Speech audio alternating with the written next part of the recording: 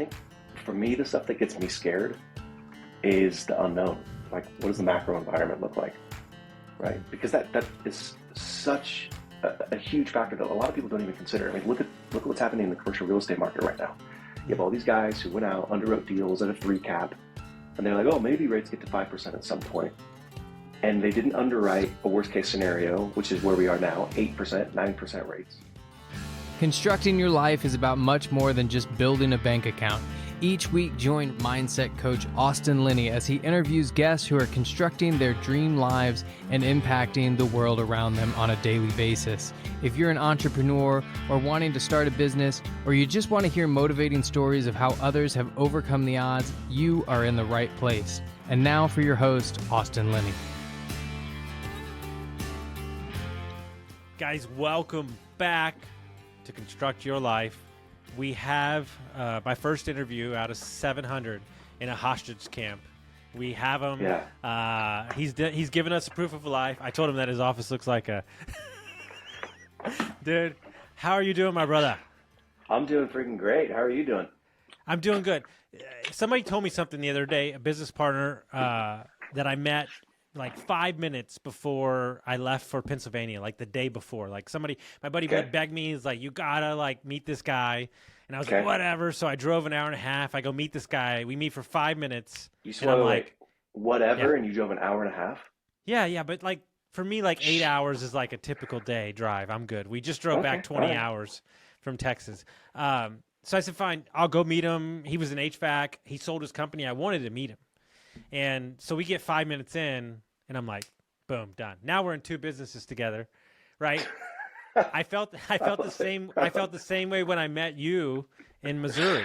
It's like, people just have that like flow, and you're like, I like this guy, right? Yeah. And there's another guy that I met at an event, at one of Parker's events, and he was like, look, I meet a lot of people, but they don't have the full like integrity, energy, good person. Like they don't have the whole spectrum. He's like, when I met you, he's like, I knew it. And that's the same way I feel about you. Awesome. Well, thank you, man. I mean, the feeling is mutual. It's really hard whenever you go to those conferences and you're like trying to get to know people and everybody's lying. You know what I mean? They're like talking about, oh yeah, I did a deal for $10 million, or, oh yeah, I just met so-and-so. And you're like, is this all we're going to talk about? We're just going to lie the whole time? But dude, just talking to you, you're so authentic, so real with how you felt about things. Like what you're going through right now in Pennsylvania is breath of fresh air. Definitely a breath of fresh air. It's so weird. It's like I described to one of my mentors a couple of minutes ago. It's like you're out all year. We've been in the woods. It's dark. Mm-hmm. I feel like we're in a game of Hunger Games. I am 5 feet from the tree line, and I'm like 2 weeks from making it out, but I don't know if I'm going to get shot in that 5 feet. Like that's small business in a nutshell. Like, you're so excited about this booked revenue that you have, but you got to make it through the holidays, right? You're so excited about the things that you're going to create, but you got to make it through this day or that week. And one of the conversations I've been having with my fiance the last couple of weeks is I don't think people respect how much stress and brain power it takes to be an owner, an investor. Like always, John Wilson talks about this. Look, I got 10 companies. We're going to do 24 million this year, but I've been dealing with Friday payroll for 10 years. It's real, man. He's like, it's not like it goes away. No, and it never goes away. And there's always like something new. Do you know what I mean? Like just when you think like, okay, cool, we finally got the payroll stuff taken care of. Then all of a sudden you're like in a lawsuit for labor law. You're like, this wasn't even on my radar. You know what I mean? Or, hey, we got to upgrade our tech stack. Or we got to make sure that our email's HIPAA compliant. And you're like, wasn't even on my radar. And now I'm freaking dealing with this. It's DEFCON 3. It's every day it's something different. So what I want guests to do, give them a quick couple-minute overview, who you are, what you do, and then we'll keep rolling from there. Yeah, so my name is Nik Hulewsky. I'm from California, born and raised. Went to the University of Southern California undergrad, got my MBA from UCLA, and I was in healthcare, have been in healthcare, I should say, for the last 15 years. First 10 years of that, I was in the corporate space, got some good experience.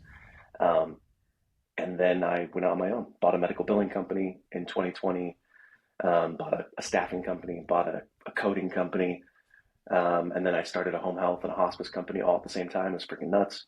And then a year ago, we sold our medical billing company, staffing company, and then 6 months ago, I just sold my home health and hospice company. So I've had a couple of exits in the last few years, and honestly, I'm just trying to figure out what I'm doing next. Our medical Mhm. billing company was about a $6 million company. The home health and hospice was about a $10 million company. Those were all bootstrapped. Did those with investors, and this is the first time I've like taken a breath and had a Mhm. chance to think, okay, what's next? And there's a lot of things that Yeah. I'd like to do. I like to make fun of gurus, but I think it's deep down because I actually like the coaching piece of it. Like I Mhm. really Mhm. love talking to people and helping them work through Mhm. problems. And then I see these gurus out there who are doing the thing that I would love to do, which is teach. Except they're like taking advantage of people, and I can't help but make fun of them because it's ridiculous what they do. Anyways, that's uh, that's my background in a nutshell. Live in Eagle, Idaho. Have 4 kids, 4 boys at home, 4 boys under the age of 9, and life's awesome. Guys, let me take a minute to tell you about my buddies over at Lead Hub, Ben and Aaron, the best humans I know. Not only are they amazing at marketing for trade companies, but Ben started his HVAC company in his garage, sold it for multi-million dollars. So when this guy talks, I listen. When we took over Dietz Mechanical, we had 22 reviews in 22 years. In 7 short months, we went from 22 reviews to 107. We went from a 4.2 to a 4.7. We tripled our Facebook presence and we tripled our calls. If you're an HVAC, plumbing, electric, landscaping company, and you're looking for a no BS approach to marketing, you're looking for people who have done it before, you got to go to leadhub.net. I think one of the things that excites me the most that I don't think enough people talk about is everybody. When my grandfather grew up, my grandfather and both my great grandparents and my grandparents worked at the same company for 65 plus years. Wow. DuPont, Budweiser.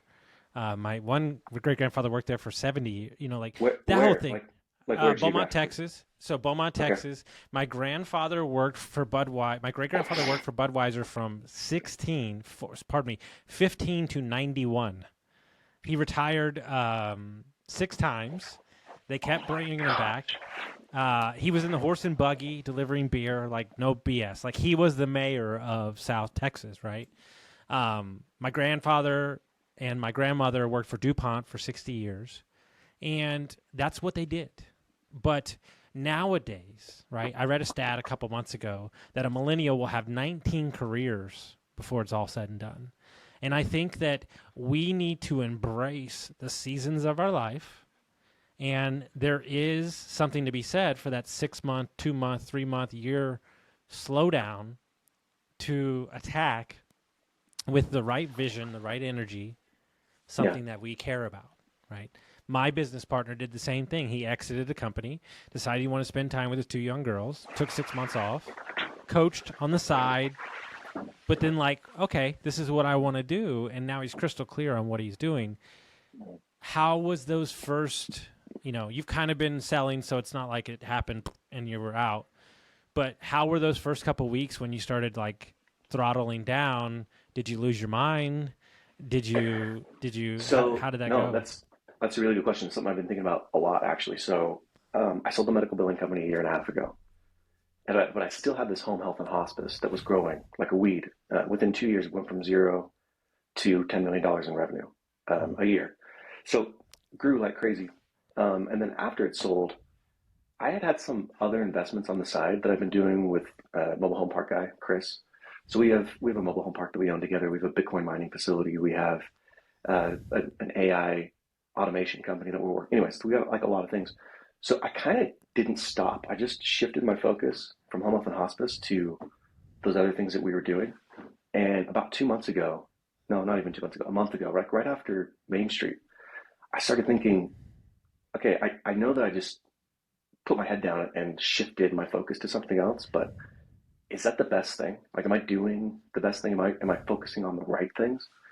And it's been really weird in the last few weeks as I've been like looking through that lens for the first time where I'm like, I could do anything that I want Yeah. to do. Yeah. And I don't have like I have to make my mortgage. Like, yes, I have to pay my Yes. mortgage, but I have enough money to pay my mortgage for a good amount of time. And so I can figure out what I'm doing next as opposed to constantly be, okay, I got to get a job so I can pay my bills. Oh, I got to get a job so I can send my kids to this camp or whatever. But when you're in that moment, you're just like constantly trying to figure something out to solve the problem at hand. And then all of a sudden, when you have some money from an exit, you can take a step back. It's a very weird feeling because you're like, okay, I don't need to be doing the stuff that I'm doing right now. Is this the best use of my time? What does my life look like a year, 2 years, 3 years, 5 years from now? And that process has been really interesting. To your point. So my favorite thing in the world to tell people is there's only two things that always find a place if you don't have a place for them: time and money. And it's the truth, right? Is that we don't even allow ourselves the day. We become a 7-day-a-week society with Bitcoin and online and trading this and AI. It's 24/7. You have a business in your hand. I run all my stuff from this. You have a business in your hand, and so you never turn it off. And the fact of the matter is, what I did is I accidentally did something that I've always wanted to do, but it gave me so much clarity, and it was weird. And I realized that when I made the shift and I got divorced, and I was making some bigger business moves, and we were changing the partnerships, and we were going after stuff that we hadn't gone after before, I took an RV trip for 2 years. And I didn't realize that the expansion of traveling and the nature walks and the state parks gave my mind the space to roam into this new world. If I would have done this at home, I don't think I would have had the same epiphanies. But when you can just pick up your RV, I don't like this place, boom, I'm going.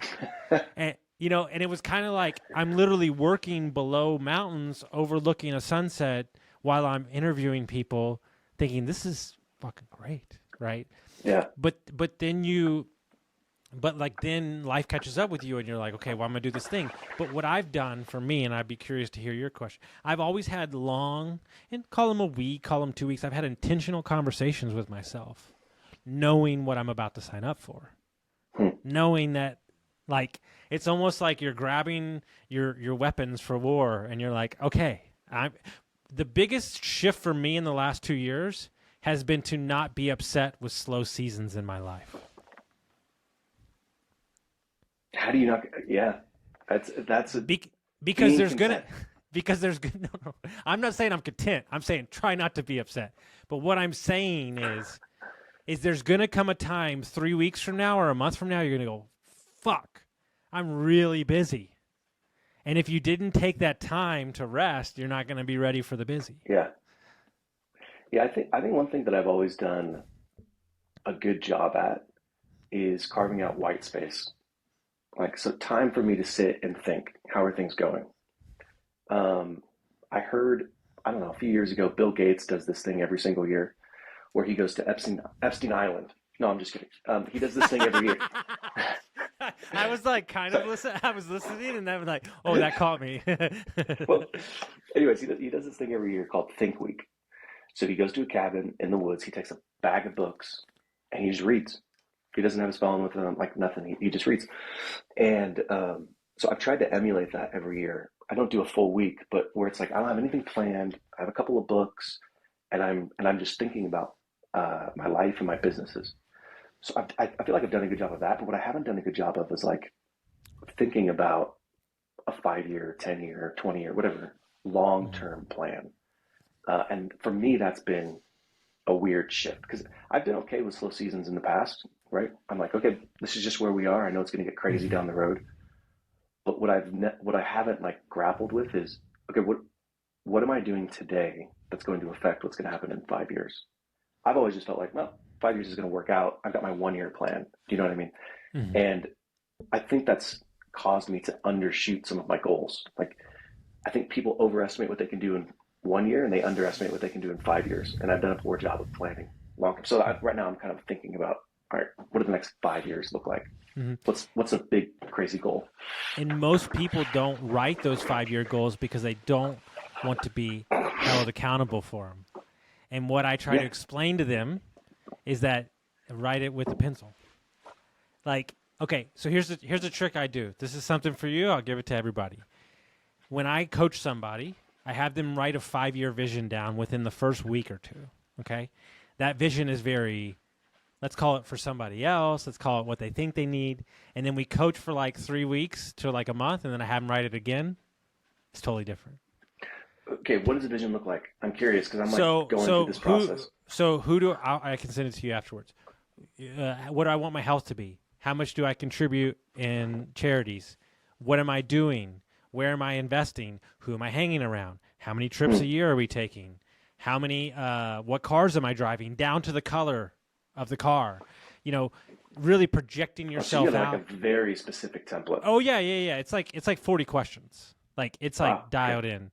Is this something you created, or did you like go online, find this? I got it from an earlier mentor, and I've always rode with it. I have a different set of questions to get me to understand you, but this is a great barometer to kind of pick out your life. It's from a mastermind that we joined back in the day, and it's always stuck because there's a certain things like there's a group out there called GoBundance, and it's 200, and I think there's more now. What's it called? It's GoBundance. It's like 300 plus 400 millionaires, but they're whole life millionaires, and they have 7 pillars, right?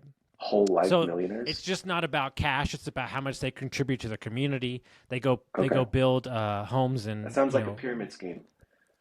No, it's you want a to be good a whole group life of guys. millionaire? No, I'm sure it is.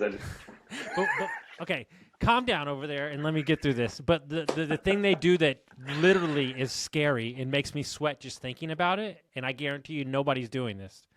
They make you literally write out the 4 things in each category you're going to do with all of your finances, your investment, your credit cards, your bills, what you expend, and you have to stand up in a room full of 40 people and present it. Really? Yes, and you have 40 business savages there ripping apart where you're spending money, where you're invested, how focused you are on your business. Oh yeah, it's called the one sheet, and it's like change more people's lives because they can't run from it anymore. And, is it a yearly thing? Is it a monthly thing? Like yeah, how often it's a do that? yearly thing. It's a yearly thing. They stand up, they do a yearly retreat with their group, and then boom, they pull it up. And my question to you is like, let's use it in a different context. Let's use it in alcohol, right, or addiction. Like, how many things do we keep hidden until somebody sees it, and then we're trying to cover it up, right? Well, that's what we do in our finances. That's what we do in our investments. Like, and what I found is like the thing that I'm hanging on the last couple of weeks is like, if I can speak my truths, no matter what they are, then I can lay down on my head with a clear presence. I can let my soul rest. But if I don't speak my truths and I lie about what's going on and I don't speak facts, the thing that happens when you get higher in business is you realize there's a lot of people that aren't scared of a business that needs a little work. And I think that when you become an investor, you think, oh, this real estate investment, this business needs to look amazing. Dude, I had a guy tell me, he goes, 3 years. We didn't get a return on this HVAC company for 3 years because we were pulling out of the dumps. Now we do 25% margins. He's like, but we knew we were heading in the right direction. I'm like, that's amazing. I never heard that before, right? And and as you get more seasoned as an investor, you understand that there's some warts on the business is not the worst thing in the world. Yeah, I'm not afraid of the warts on the business. That's something I'm pretty confident in, is the ability to go in, assess, make a plan, work with the team. I think for me, the stuff that gets me scared is the unknown. Like, what does the macro environment look like? Right? Mm-hmm. Because that is such a huge factor that a lot of people don't even consider. I mean, look at what's happening in the commercial real estate market right now. You have all these guys who went out, underwrote deals at a 3 cap, and they're like, oh, maybe rates get to 5% at some point.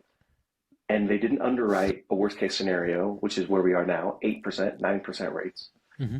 And they're screwed because they took out either construction loans or they took out a short-term bridge loan in order to get them to close the deal. And now they've got a recap, but the recap, that it's not going to be a cash out refi. It's a cash in refi that they're going to have a capital call with their LPs. You know, like they're just in a really bad position. And I think about that a lot, where it's like you have your known knowns and then you have your sort of known unknowns, but then there are the unknown unknowns. Like, those guys did not plan for rates hitting 8%. Okay. You know what I mean? So it's like, what am I missing? I'm going to share you a story that you're going to love. This changed my life. Okay, what a lot of people don't know about me is I worked private equity back in the day. When I was transitioning out of the restaurant business, I worked for my buddy, and we lended money to small developers for commercial loans of construction and houses. So I saw the insides of a lot of these things. On Christmas, I sat in a room in San Antonio with the Texas Builders Association. Dude, we're talking about the monsters, dude. We're talking about we're talking about dudes that are pumping, millions and billions of dollars making it a year. And I looked at those 150 builders in that room. And I thought about the global economy. I thought about Texas booming. And I said, the only way these guys lose is their ego. That's the only way. The demand is there. Yeah. I mean, there were neighborhoods getting 500 applicants after they were already sold if they fell out, okay? But then I started lending money to them. And this guy's got 9 hard money loans across 9 different private money investors doing 9 different projects. And you're going, dude, bro, how about you finish some deals, right? And so you say they didn't know what they were doing. The reason I started exiting out of real estate during COVID is because nothing made sense anymore. There's rules to investing. When it stopped making sense, I was like, I can't be a part of this. Like, I'm a gunslinger like you've never seen, but it has to at least make sense. Well, and that's part of the thing I'm grappling with right now is when COVID hit, I didn't have a ton of money in the stock markets. I don't know, 70 grand, like that I was playing with, not like a 401k, but like that was my money. And in February, I kind of freaked out because I'm like, this virus in China is going to be a bad thing. Mm-hmm. I need to get, so I get out of the markets crash. And then mid-March or April, I buy back into the markets. Sure. Because I'm like, okay, they're too beaten down. And one of the best investments I've ever made. Sure. But then I sold. Then I was like, you know what? 3x on my money? It's pretty good. I don't think the market's going to do much better. And I missed out on like another 3x essentially, right? Sure. And I think about that in this context where you're like, everybody wants to be Jeff Bezos or Warren Buffett. Mm-hmm. Hey, if you would have put $1,000 into Amazon in 1999, you'd have $20 million today. Or if you would have put $10,000 in Berkshire Hathaway, you'd be a billionaire. It's like, okay, but would you have held? Yes. Would you have held when your 10,000 turned into 100,000 or 1 million or 10 million? Right? Like, yeah, it's worth a billion today, but what about all those other points along the way? Like, what level of conviction do you have that you're going to be able to hold? Here's my thing. My number one issue with investing is people are trying to invest to get out of something instead of investing into enhance a life they already have. Great. Yes. And that's the piece that I'm like grappling with because I bought and sold this medical billing company pretty quickly. I've been in and out of stocks, and now I'm like, I don't necessarily need to get out of these positions. Like when you're accumulating money, you're in this mindset of like, I've got to make it and protect it. And then you get to like this point where you have enough money, you don't need to be thinking about the short term, oh, I got to lock this gain in. And you look at all the opportunities that you missed out long term because you sold too early. And your perspective starts to change. Where it's like, okay, this may be 2 bad years, but over 15 years, what am I going to do? And that's where it goes back to like me thinking about this 5-year, 10-year, 20-year plan and not just a 6-month, 1-year plan and just how your thinking changes over different time horizons. Dude, I got to introduce you to one of my best friends in the entire world. I don't need to say where he works, but long and short of it is he manages $5 billion. All right. But their whole portfolio is 50. All right. So hear me out. COVID happens. They go negative 50 billion, bro. Like 2 weeks after, right? Their positions are just trash. Oh my gosh. He calls me. Now they got to work from home too. So he calls me. He's just had a baby. He's managing five bill. 9 months later, they're up 50 bill. Dude, I am so fascinated that the huevos and the knowledge that it takes to emotionally do that. I said, what's the craziest thing you ever seen in your life?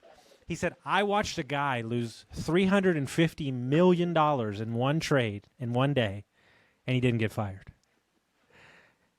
And he goes, what the boss say? The boss said, hey, that was a very expensive mistake. You gonna do it again? No. All right, get back to work. And I am so fascinated to be able to press the button and to do that, right? And so what I've come to realize is that it never feels easier. You just get better at making the decision emotionally. That's my only theory. I don't know what to do. I mean, obviously he's smart and they have algorithms and all that stuff. But every time I can talk to him, I'm just like, dude, I ask him, like, he has a very different view on the economy. He's like super pessimistic, like by nature. Yeah. And I'm like, let's get on the horseback and ride through the town and pick up all the the short-term rentals. And he's like, dude, you need to calm down, bro. Like, that's why he's going to manage my money, because I need somebody like that in my life to say, whoa, whoa, whoa, whoa, right? But he also understands that my conviction can push over the envelope when other times it can't. And so what I realized is that human behavior and human psychology is really the only skill that you need to study, because that's what you're dealing with in every aspect. Product buy, why are they buying the product? Why are they coming in? Why is the seller selling his business? Who's the buyer? What do they need? Like, who are you? What does your tech need? What does the manager need? These are the different layers that it's all comes down to nailing down everybody's aspect of what do they need and what are they after, right? Yeah, you listen to any of the famous or big investors over time. The way they made money, by and large, I mean, I'm sure there's outliers. George Soros, he had a short bet on the pound. I don't know, in the 80s, he made $1 billion. Anyways, by and large, those guys who invest and who've become multi-billionaires, self-made, they're multi-billionaires because they studied behavior. Charlie Munger talks about this. Jeff Bezos talks about this. Warren Buffett talks about this, where human psychology is really a big part of their investment thesis. Mm-hmm. So if you can understand the psychology, you're better informed when you're placing bets. Obviously, you need to understand how businesses work. Obviously, you need to understand the macroeconomic environment. But like you said, it's the human psychology piece of it, especially as small business owners. Can you run an effective team? Can you manage people? Can you recruit and retain? Because if you can't, you're not going to be able to run a business for very long. You're always going to be kind of in that war mode. So I love the way you think about it. It's same as you ever was or ever are by Morgan Housel is an amazing book, because it basically highlights that.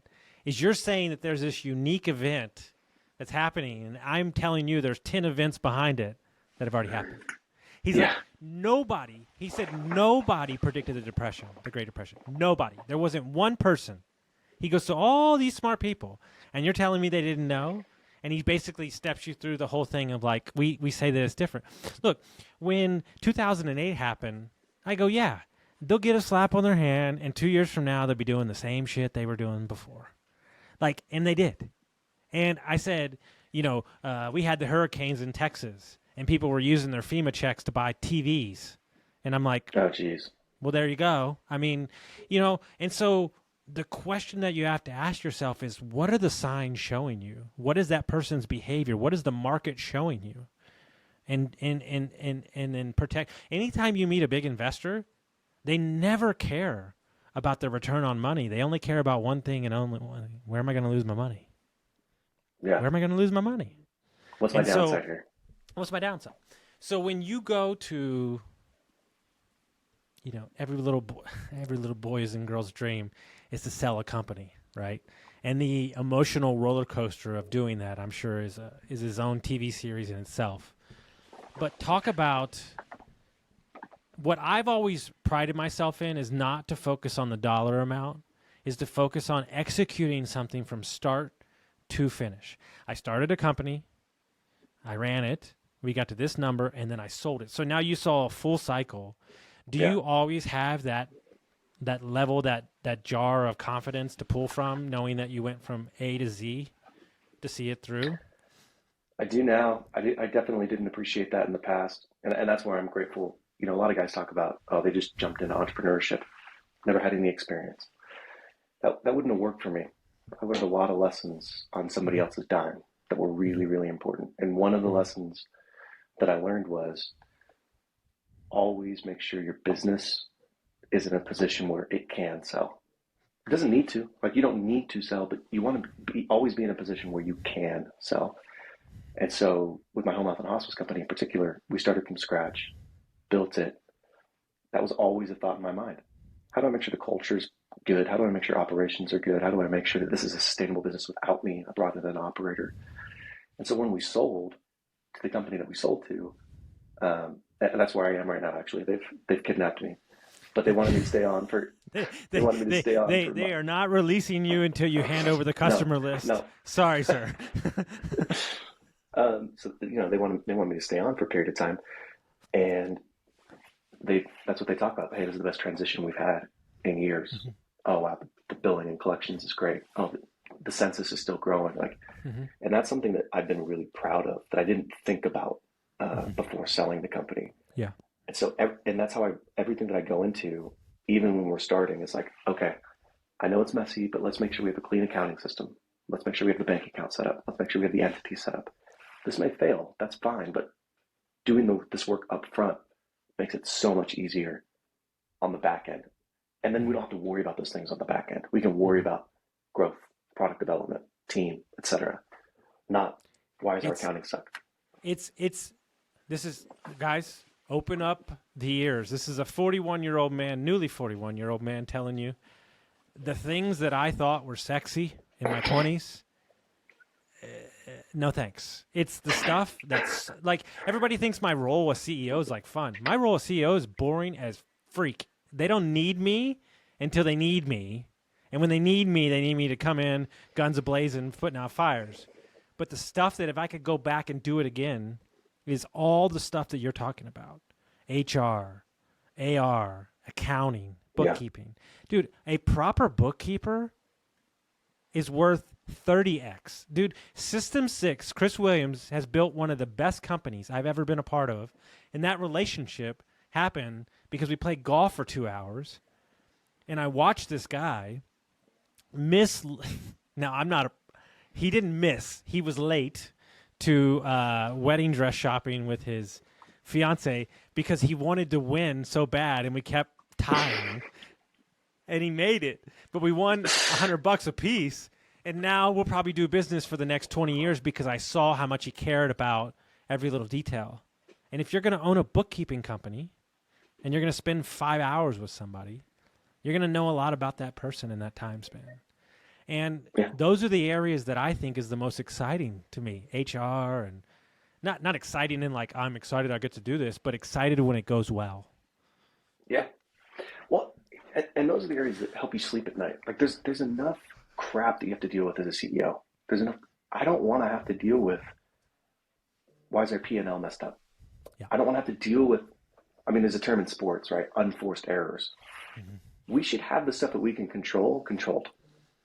We should make sure that we're billing and collecting. We should make sure that people are onboarded appropriately and they have a good orientation program. Like, we should make sure that there's a good culture and a good vibe. Like, control the things you can control, because you can't control the market. You can't control what your competitor is going to do. You can't control the macroeconomic environment. Like, you can't control those things. And if you have crappy systems, when those outside things start impacting you, it's an amplifying effect. Then you're playing from behind the entire time. So I really try to focus on making sure that we have good, clean systems up front, so that we never have to spend any emotional time or energy on that stuff. What is the lesson that you learned the most growing businesses and selling it that nobody talks about enough? What's that? Oh my gosh, that's a good question. What's the lesson that I learned the most growing and selling businesses that nobody talks about?